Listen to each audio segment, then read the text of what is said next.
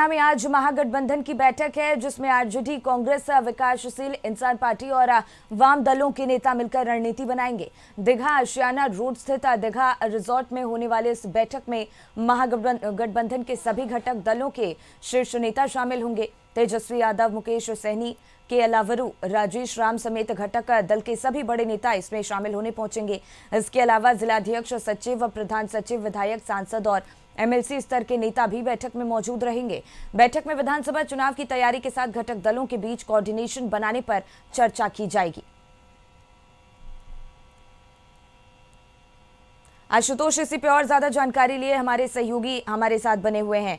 आशुतोष, पटना में आज महागठबंधन के लिए खास बैठक आयोजन किया जाएगा जिसमें आरजेडी, कांग्रेस, विकासशील इंसान पार्टी समेत तमाम जो घटक दल के नेता हैं वो रणनीति बनाते नजर आने वाले हैं। कितनी खास ये बैठक होगी आज?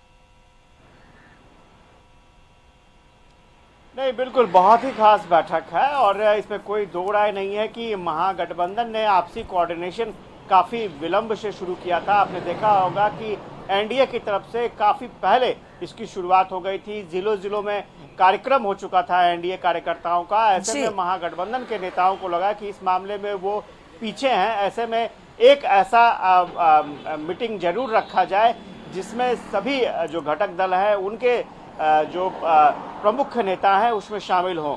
तो ये आज का दिन है, तय किया गया है, जहाँ पर जितने भी घटक दल है, जैसे आरजेडी की बात करें तो आरजेडी के सांसद, विधायक, इसके अलावा जिला अध्यक्ष, प्रधान महासचिव, नगर महासचिव, ऐसे तमाम पोस्ट के जो लीडर है उनको बुलाया गया है इस मीटिंग में। बाकायदा लेटर भी इशू हुआ है और उसी तरह से कांग्रेस के भी जिला अध्यक्ष, पदाधिकारी सभी इस मीटिंग में शामिल होंगे। वीआईपी पार्टी के पदाधिकारी, माले के, सीपीएम, सीपीआई के पदाधिकारी और जो नेता है राज्य स्तर के वो भी इस मीटिंग में शामिल होंगे। और ये एक कोशिश की जा रही है कि कम समय में बेहतर तरीके से आपसी सामंजस्य बैठाया जा सके, जो भी गलतफहमियां हैं उनको साइड किया जा सके।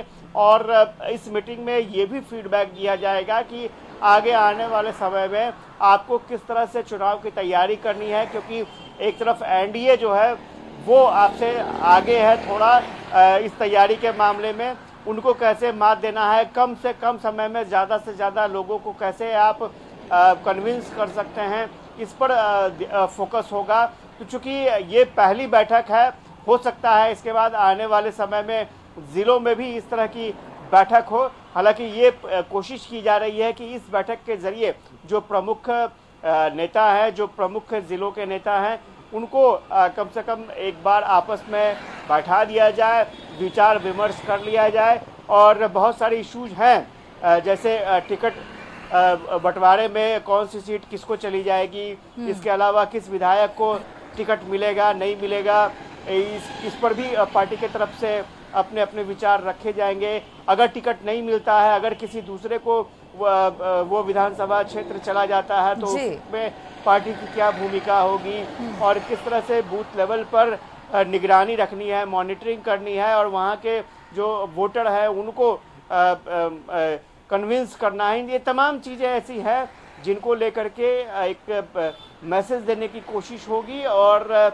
आज की मीटिंग के बाद ये भी तस्वीर साफ होगा कि आगे आने वाले समय में और किस तरह की मीटिंग होनी है और जिला स्तर पर क्या प्रोग्राम चलाना है, इन तमाम चीज़ों की जानकारी आज मिल पाएगी। जी बिल्कुल आशुतोष जी, जिस तरीके से आपने कहा कि एनडीए की तैयारी कहीं ना कहीं महागठबंधन से आगे चल रही है, ऐसे में बड़ा चैलेंज है जिस तरीके से असमंजस की स्थिति महागठबंधन से देखने को मिल रही है, तस्वीरें सामने आ रही हैं। उसके बाद आज की ये बैठक में क्या संभावना जताई जा रही है, कितना कोऑर्डिनेशन आज की इस बैठक में बन सकता है और कितने बजे इस बैठक की शुरुआत होगी?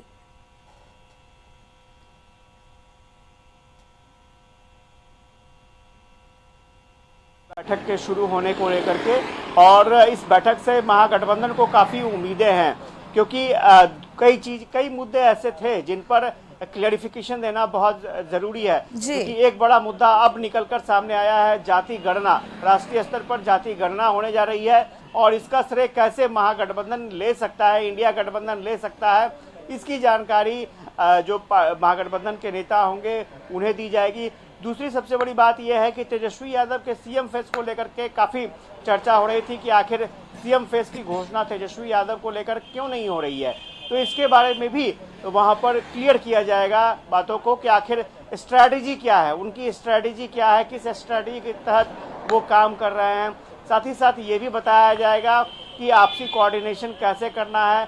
हो सकता है कि बहुत सारी ऐसी सीटें होंगी जहां पर वो पार्टी खुद न लड़े, कोई दूसरे दल के उम्मीदवार वहां पर हो, वहां पर कैसे कोऑर्डिनेशन करना है।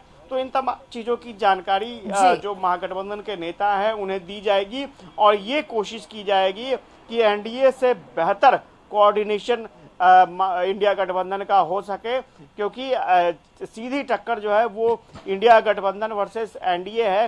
तो ऐसे में कोऑर्डिनेशन जब तक बेहतर नहीं होगा तब तक आप कुछ बेहतर करने की स्थिति में होंगे नहीं। तो यही वजह है कि कोऑर्डिनेशन बेहतर हो, ये तैयारी की जा रही है। और उस मीटिंग में क्या क्या मैसेज दिए जाते हैं उस पर भी हमारी नजरें होंगी, दर्शकों को उससे भी रूबरू कराएंगे। जी बिल्कुल आशुतोष जी, अपनी नजर बनाए रखिएगा इस बैठक पर। बहुत बहुत धन्यवाद आपका तमाम जानकारी हम तक और दर्शकों तक पहुंचाने के लिए। रुकेंगे छोटे से ब्रेक के लिए, फौरन होंगे हाजिर।